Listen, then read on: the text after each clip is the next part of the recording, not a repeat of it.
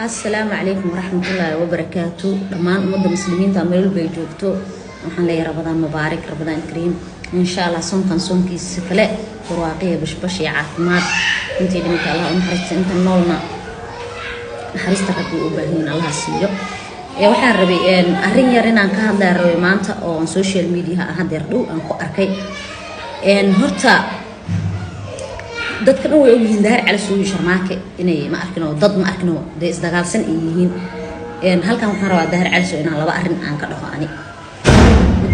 midda koowaad waxa waaye Cabdinaasir Sharmaake intuu meel soo fariistay ma dhalin ma dhihin ma fahantay midda labaad waxa waaye intaad ma arkino sawir ah soo dul saartay iyo waxa soo dursay kulli warka aawdi meelaha ka keentay aniga ma sheegi karin iyo meelaha kala timi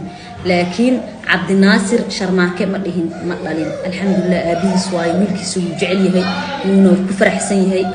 waana curadkiisii marka abti adiga meelaha ka keensatay waxaan aan sheegaysid oo dhiigu ka baaraya iyo DNA uu ka baaraya iyo maxay ii sheegeen waxaas meelaha ka keensatay horta aniga ma sheegi karin laakiin waxaan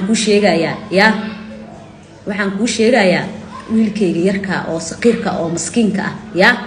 waxa aan wadid iyo balaayadan aan wadid ha soo dhixgelinin mideeda kale Sharmaake nin raga waayay hada jaanis ku raadinaysid waa nin raga de iska cili laakiin aniga iyo cunugan yarka ya hana soo galinin badahaaga iyo afaarahaaga dadka calafkooda uu dhamaada waa la kala tagaa wax weyn ma ahan ilma la isku haayaa dad ilma isku haayaan aniga Sharmaake ma kala go'no